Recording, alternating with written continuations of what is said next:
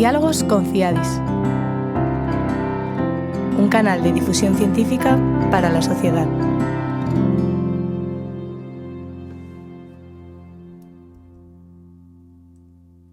Bienvenidos y bienvenidas a un nuevo episodio de Diálogos con CIADIS. Para todos aquellos oyentes que nos están viendo a través de nuestras plataformas de vídeo, veréis que estamos en un nuevo espacio. Y es que nos encontramos precisamente en el Congreso de los Diputados en la Jornada de Ciencias Políticas Públicas relacionadas con la delincuencia. Hemos aprovechado esta oportunidad que nos ha dado de participar en esta jornada para poder reunirnos con algunas de las personas que van a participar en ella, ¿no? Hoy, por ejemplo, está con nosotros Estefanía Ocariz Paseván. Ella es doctora en psicología, es investigadora de la Universidad del País Vasco y además es miembro del grupo de investigación CRIMA. ¿Lo he dicho bien? Lo has dicho perfectamente. Perfecto. Estefanía, muchísimas gracias por venir y por tu tiempo y por el tema que nos vas a introducir hoy. Gracias. Y es que, como me ha dicho fuera de cámaras, de que te dedicas a la evaluación de la justicia juvenil. Eso es.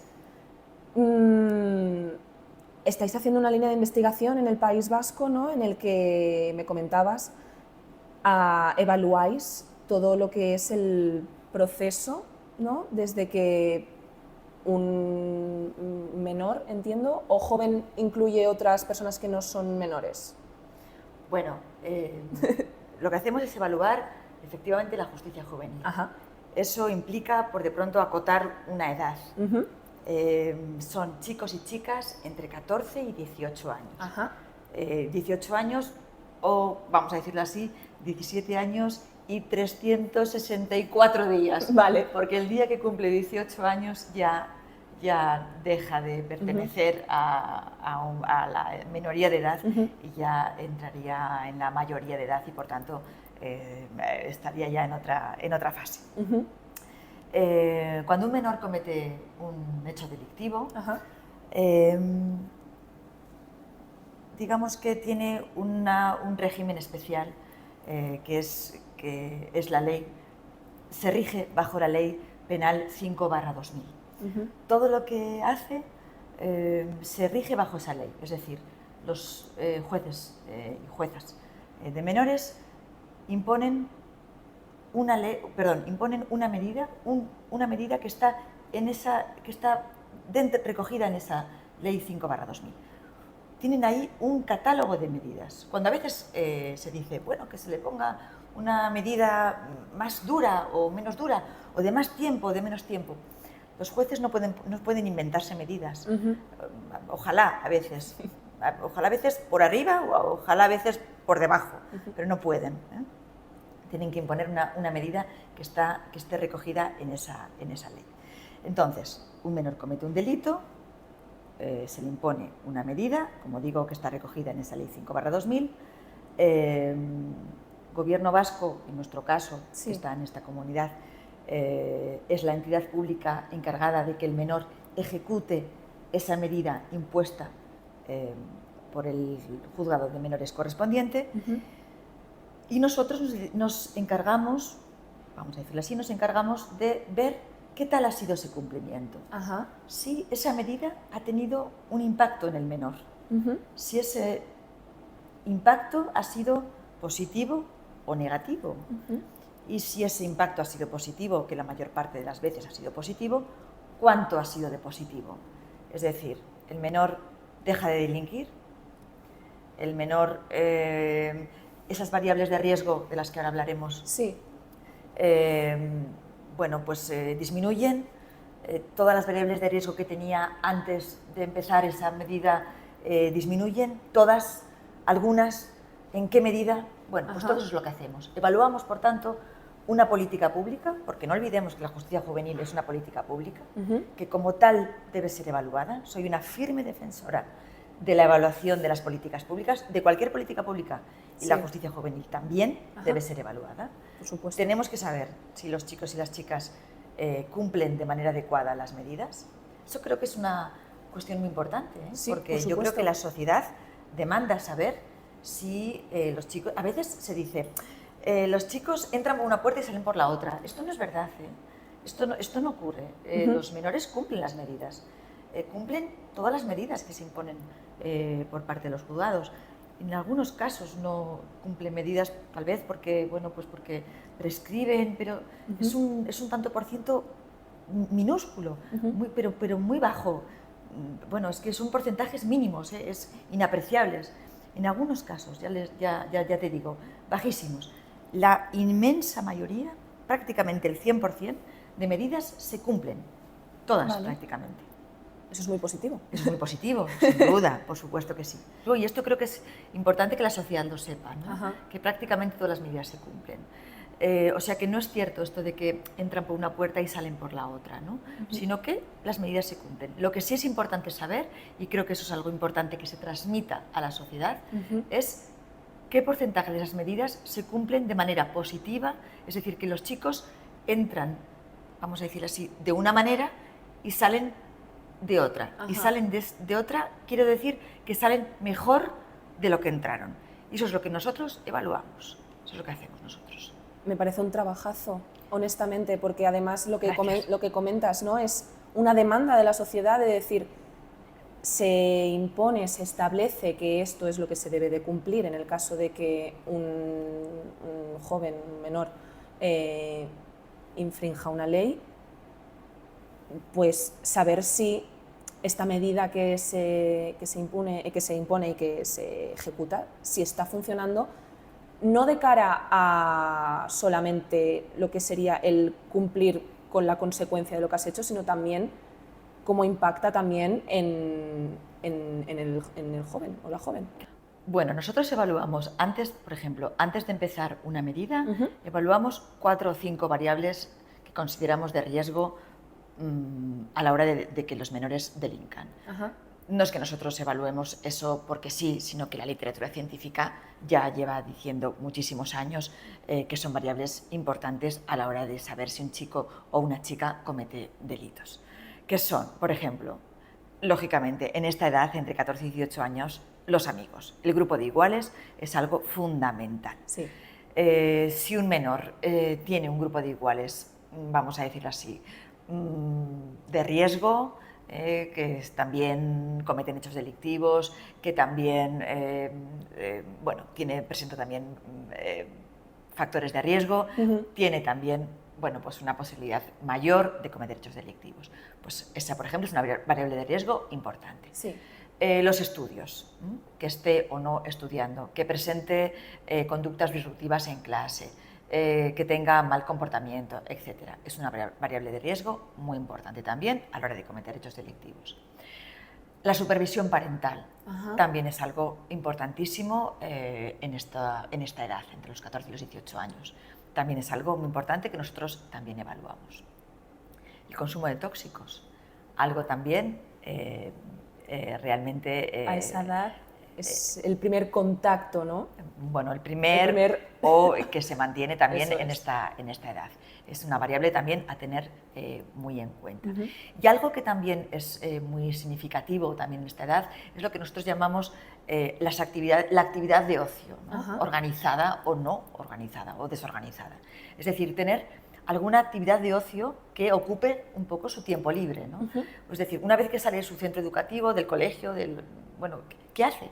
Cualquier actividad de ocio que le ocupe un poco su tiempo libre. Una vez que ha salido del colegio y que ya pues tenga después de estudiar o después de hacer los deberes correspondientes, tiene alguna actividad de ocio, la que sea, deporte, algún tipo de hobby, algo que ocupe un poco su tiempo libre, ¿no? Es decir, si tiene alguna de estas variables, una o más variables de riesgo, es prácticamente seguro que esto aparece en ese tipo de menores.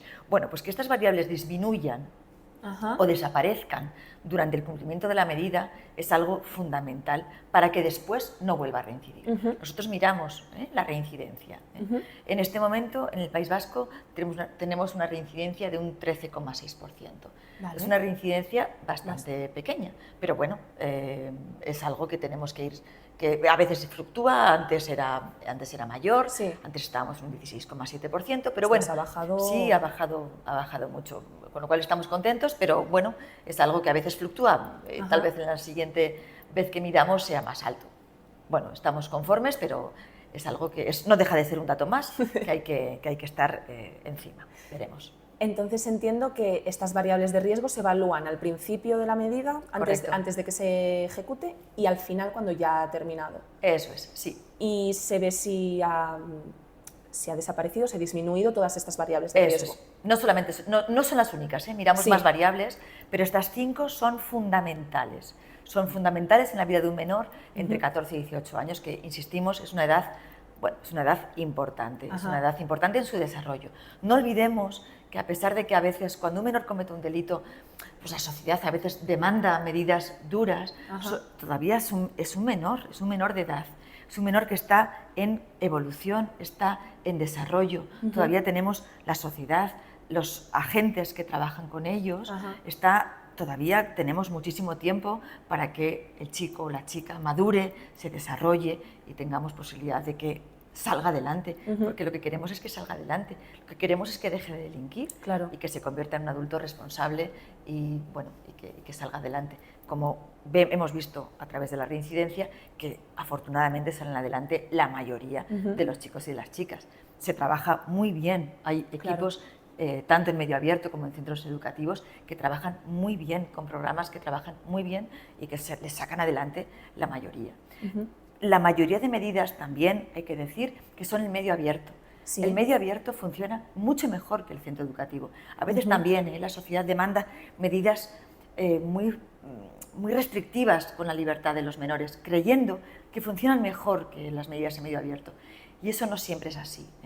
Es cierto que a veces, en función de la comisión del delito que han cometido, lógicamente se tiene que poner medidas de centro educativo, por supuesto, cuando son hechos delictivos fuertes y duros, que desgraciadamente a veces cometen los menores, que parece mentira, se imponen medidas de centro educativo. Eso es verdad.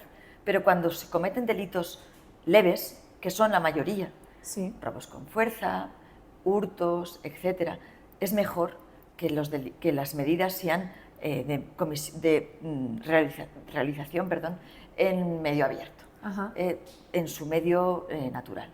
Y afortunadamente son chicos y chicas que con programas adaptados a ellos salen adelante y dejan de delinquir, como vemos en la mayoría de los casos. Bueno, repetimos, esto es súper positivo que se cumpla y todo. Es positivo. Te quería preguntar, Estefanía, yo no sé si podrías darnos algún ejemplo de alguna medida que se ejecute en medio abierto, un ejemplo. Las medidas de medio abierto son, por ejemplo, tratamiento ambulatorio, que es cuando un menor tiene problemas de salud mental, que desgraciadamente últimamente hay muchos problemas de menores de salud mental y van a un psicólogo, a un psiquiatra y por tanto pues tienen que ir durante un tiempo, lo que el juez estime, 2 meses, 3 meses, 1 año, etcétera, van donde un psicólogo para recibir un programa de salud mental. Prestaciones en beneficio de la comunidad. Bueno, pues van tal vez por alguna asociación, Cáritas, bueno, a veces, por ejemplo, se me ocurre Cáritas, Cruz Roja, algún tipo de asociación que van durante una serie de horas, o bueno, se estima en horas, pero bueno, son horas que al final se acaban transformando en días, horas, semanas o meses durante un tiempo, a hacer alguna labor de voluntariado. En el que por lo general además las asociaciones están contentísimas y que por eso repiten. Tareas socioeducativas también. Cuando se ve que el problema del chico o de la chica es un problema del centro educativo. En la mayoría de las áreas del chico está bien y lo que ocurre es que tiene un problema educativo, que lo que hace es que no va a su centro educativo, no va al colegio, pues lo que se impone es una medida de centro educativo. Tienes que ir al colegio, etcétera, o al colegio, su centro educativo, y tienes que sacar, bueno, pues entonces es una medida de tareas socioeducativas. Bueno, esas son las medidas, algunas de las medidas de tareas socioeducativas. Y las medidas de centro educativo son medidas de internamiento, que tienen que ir a un centro educativo, en la que hay diferentes medidas de centro educativo, más o menos restrictivas. Centro educativo cerrado, que significa, que implica no salir del centro, semiabierto, que salen bueno, pues más o menos tiempo, etcétera, o permanencia de fin de semana, que implicaría ir a un centro educativo solamente para el fin de semana. Durante la semana está en su casa con su familia, y si no, iban solamente el fin de semana. ¿Y pernoctan ahí también? Sí, eso es, durante el fin de semana. Solo el fin de semana, pero están sin salir, desde el viernes a la tarde hasta el domingo, durante X fines de semana. Un fin de semana, 2, 4, 8 fines de semana, lo que sea. Eso es. Vale. Sí. Dentro de que has dicho de que primero que son más prevalentes y más eficaces, ¿no?, las medidas que se hacen en medio abierto, todas las que has comentado, ¿se podría establecer algún perfil de esos menores infractores a los cuales habéis evaluado o algo así? Bueno, los perfiles a veces es un poco complicado hacer porque a veces también depende un poco de los delitos, porque a veces también depende un poco del tipo de delito. Por ejemplo, desgraciadamente el delito de violencia filioparental, que es un delito que en estos últimos años ha crecido exponencialmente, no solamente en el País Vasco lo hemos visto cómo ha crecido terriblemente, sino también en el resto de España.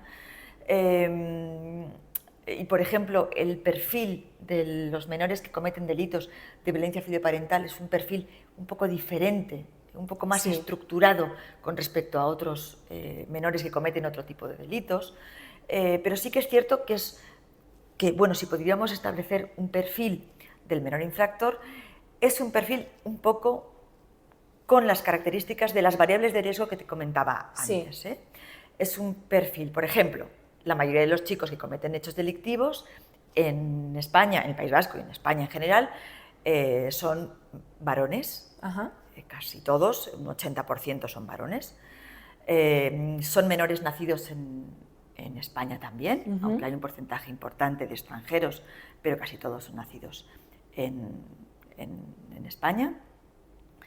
Son menores con las variables que te comentaba antes, casi todos presentan una, dos o de las cinco variables que te comentaba antes, por no repetirme las de antes.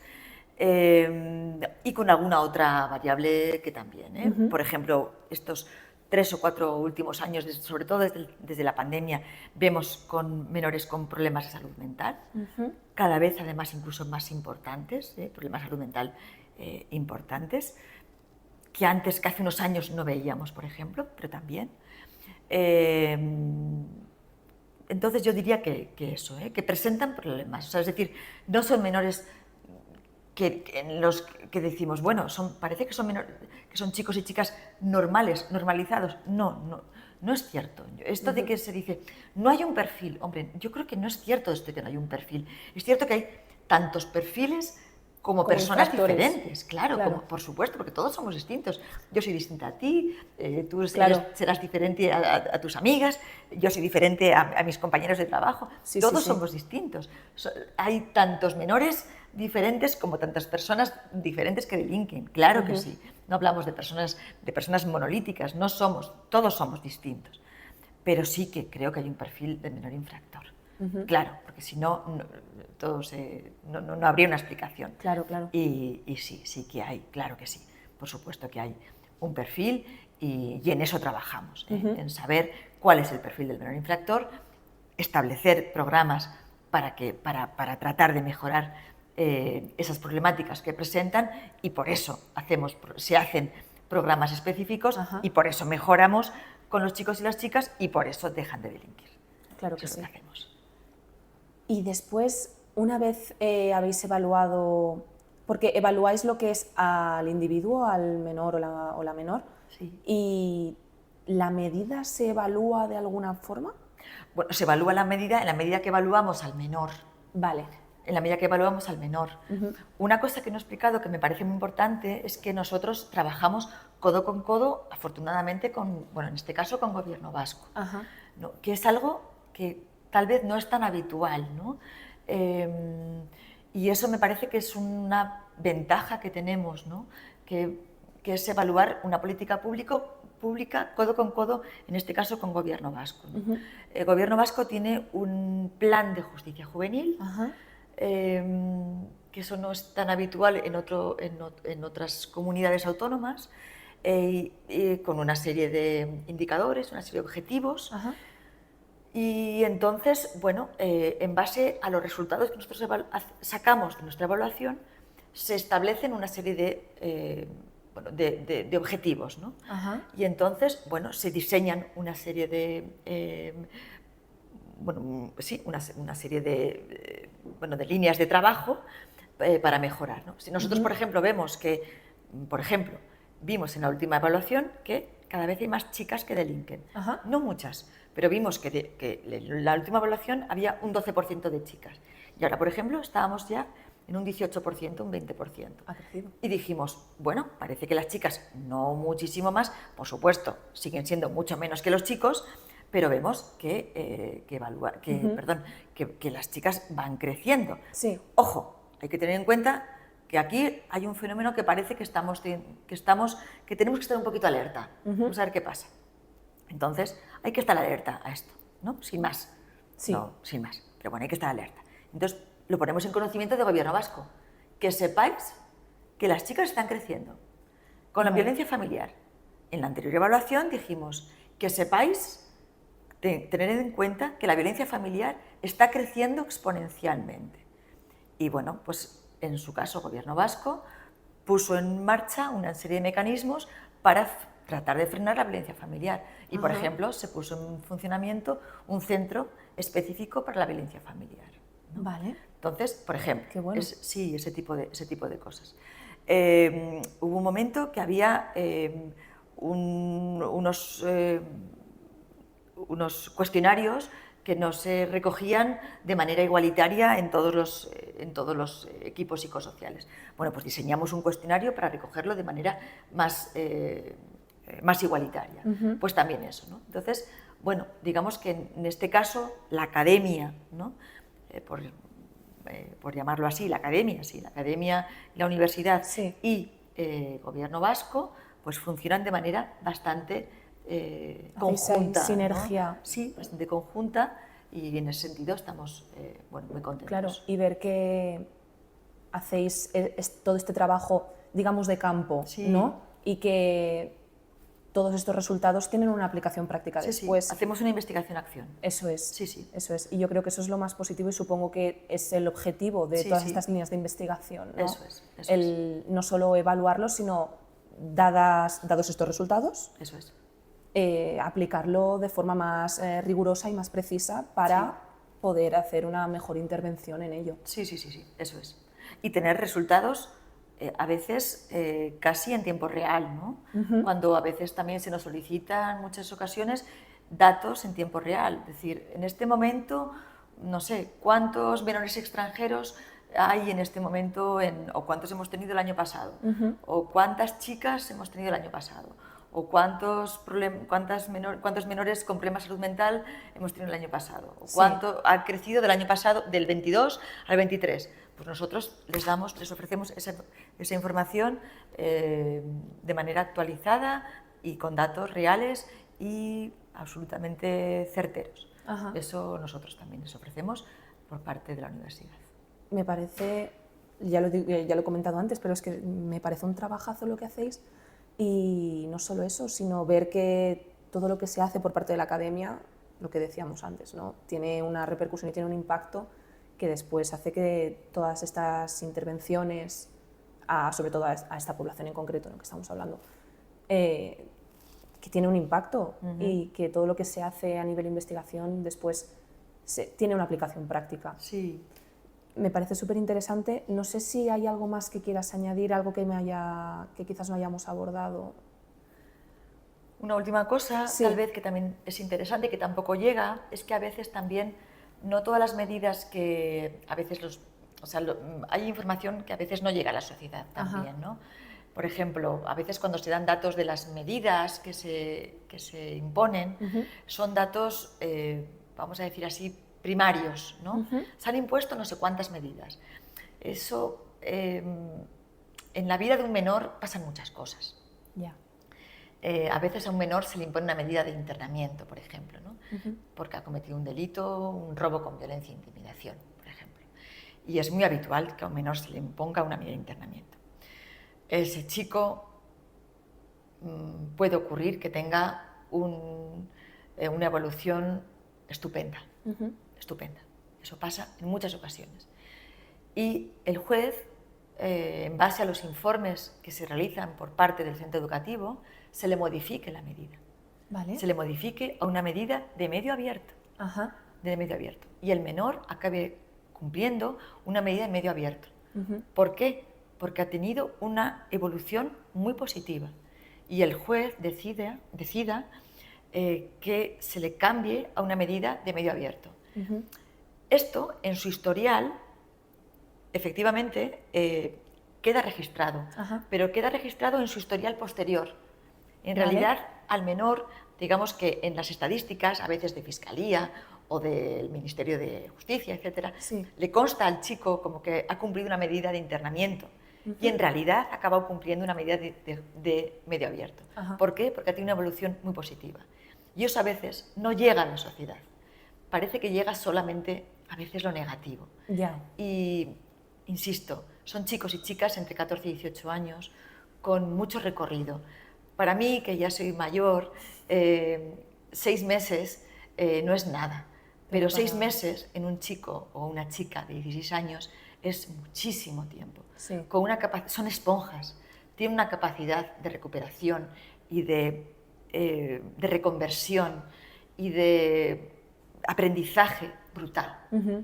Y con las personas adecuadas, con los psicólogos, psicólogas, trabajadores sociales adecuados, que son realmente, como he dicho antes, unos agentes fantásticos, tienen una capacidad de recuperación estupenda. Ujú. Démosles la oportunidad, Por supuesto. démosles la oportunidad de dar una vuelta a su vida, porque es lo que queremos. La sociedad, yo creo que es lo que quiere, ¿no? Sí. Todos queremos eso. Queremos que dejen de delinquir. Ujú. Por nosotros, porque como sociedad queremos que dejen de delinquir, Claro. y sobre todo por ellos. Todos queremos una sociedad mejor, ¿no? Por supuesto. Creo que No, sí. no, por supuesto. Lo queremos por nosotros y sobre todo lo queremos por ellos. Por supuesto. Pues, Estefanía, muchísimas gracias por Gracias a compartir vosotras. este espacio con nosotras y sobre todo por compartirnos todo lo que es el trabajo que estáis haciendo desde el País Vasco. No sé si hay algún sitio donde la gente que nos esté escuchando pueda ver vuestro trabajo, una página web o algo que quieras compartir. Sí, tenemos una página web del grupo CRIMAP, como he Ajá. dicho antes, en nuestra página web. La página web del grupo CRIMAP, ahí tenéis un montón de información. Y en la página web del Departamento de Justicia del Gobierno Vasco también están todas las memorias y todo lo que hacemos. Ajá. Ahí hay muchísima información. Perfecto. Pues la gente que nos esté escuchando que apunte bien este nombre, CRIMAP. Eso es. Y recordaros una vez más que FIADIS también tiene página web donde subimos todos los informes y todas nuestras líneas de investigación, además de que también tenemos redes sociales, Facebook, Twitter, Instagram, dentro de poco quizás TikTok, no lo sabemos. Muchísimas gracias por escucharnos, muchísimas gracias, Estefanía, por tu Gracias tiempo a de ti. nuevo y nos vemos en el siguiente capítulo.